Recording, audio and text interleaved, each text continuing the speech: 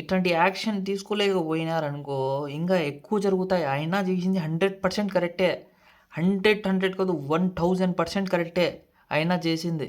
Murder చేయటం అనే చట్టాన్ని చేతుల్లోకి తీసుకోవడం అనేది నేరం కాబట్టి ఆ నేరం ఏ పరిస్థితిలో చేశారని న్యాయస్థానం నిర్ధారించి దాని ప్రకారం ఏదన్నా కొద్దిగా శిక్ష తగ్గించేవచ్చు తప్ప, శిక్ష అయితే 10 సంవత్సరాలు తక్కువ కాకుండా జీవిత ఖైదు వరకు కూడా వేయడానికి మర్డర్ కేసు సెక్షన్ కింద అవకాశాలు ఉన్నాయి మేడం గారు.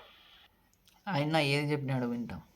నేను ఇతన్ని చంపేదానికి కారణం ఏంటి, చంపేంత అంత పెద్ద తప్పు అతనేం చేసినాడు, ఒక రచ్చకు కానీ ఒక గొడవకు కానీ ఇంకొకరిని ఒక మాట నేను అనేది కానీ, రచ్చలకు నేను దూరంగా ఉంటాను, గొడవలకైనా కానీ రచ్చలకైనా కానీ వీటన్నిటికీ దూరంగా ఉండే నేను ఇతన్ని అలా చేసే అంత నిర్ణయం నేను దేనికి తీసుకున్నానో అతనేం చేసినాడు. మాది అన్నమయ్య కడప జిల్లా ఓబులవారిపల్లి మండలము ఐలరాజపల్లి హరిజనవాడ గ్రామం మాది.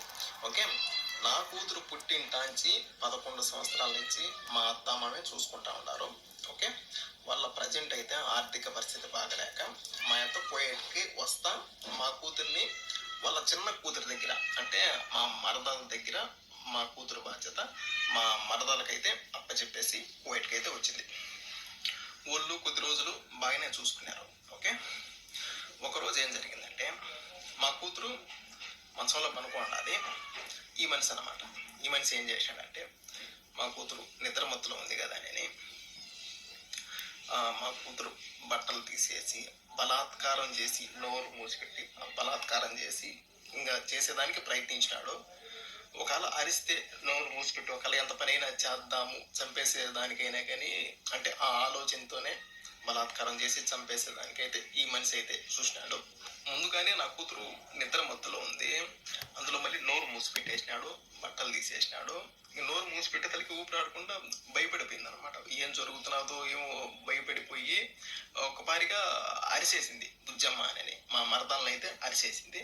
మా మరదలో వచ్చింది. అప్పుడు మా మరదలు వచ్చి ఇప్పుడు బిడ్డను అయితే దగ్గరికి తీసుకొని ఏం జరిగిందంటే అప్పుడు బుజ్జమ్మ తాత అయితే ఈ మాదిరి చేసినాడు, బట్టలన్నీ తీసేసినాడు, పట్టుకోరాని చాట పట్టుకొని ఒత్తుతా ఉన్నాడు. నాకైతే నొప్పి వచ్చినది, భయం వేసింది. బుజ్జమ్మ నోరు మూసిపెట్టేసినాడు. నేను భయపడిపోయి గట్టిగా అరిసినాను. తరువాత మా మరదలైనా కానీ మా మరదల వాళ్ళ భర్త రమణ అయినా కానీ వీళ్ళిద్దరూ ఈ మనిషిని దేనికి ఈ మాదిరి చేసినావు పసిబిడ్డనని ఒక్క మాట అడగల. తరువాత నా బిడ్డను వీళ్ళిద్దరూ బెదిరించినారు. తాత ఈ మాదిరి అని చేసినాడు అని నువ్వు ఎక్కడ చెప్పగాకని నా బిడ్డనైతే బెదిరించినారు. నా బిడ్డ భయపడిపోయింది.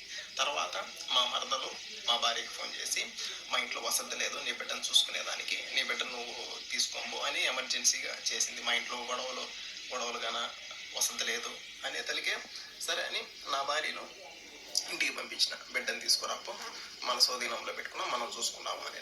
ఓకే, పోయింది, తీసుకొని వచ్చింది. ఓకేనా, అని నా బిడ్డను మంచిగా అడిగింది నా భార్య.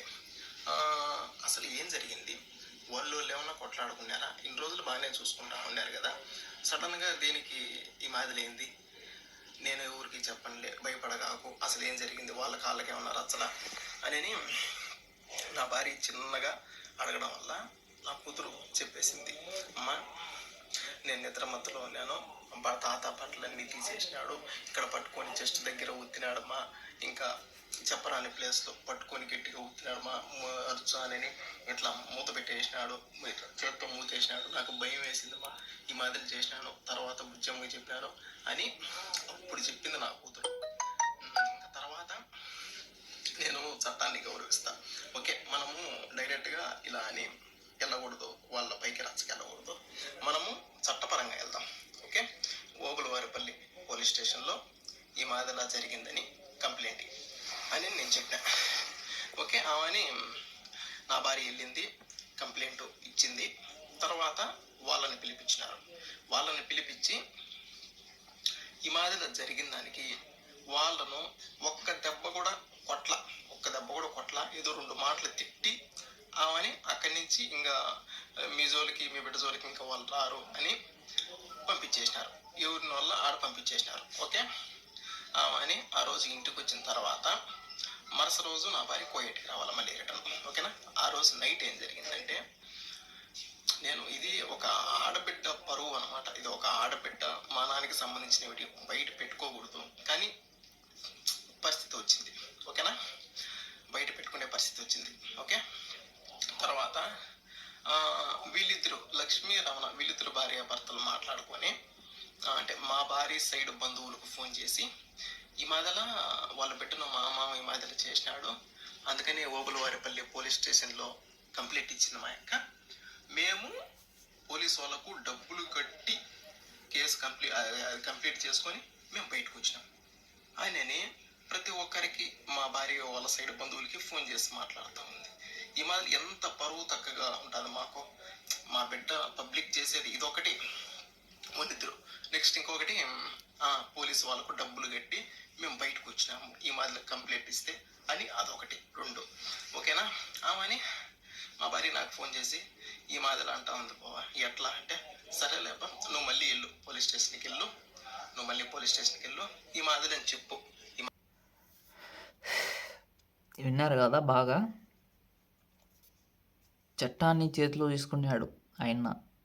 తప్పే, కరెక్ట్ అని చెప్పలే, తప్పే. కానీ దేనికి తీసుకున్నాడు? అతని బిడ్డకి న్యాయం జరగలేదనే కదా, న్యాయం జరగలేదనే కదా.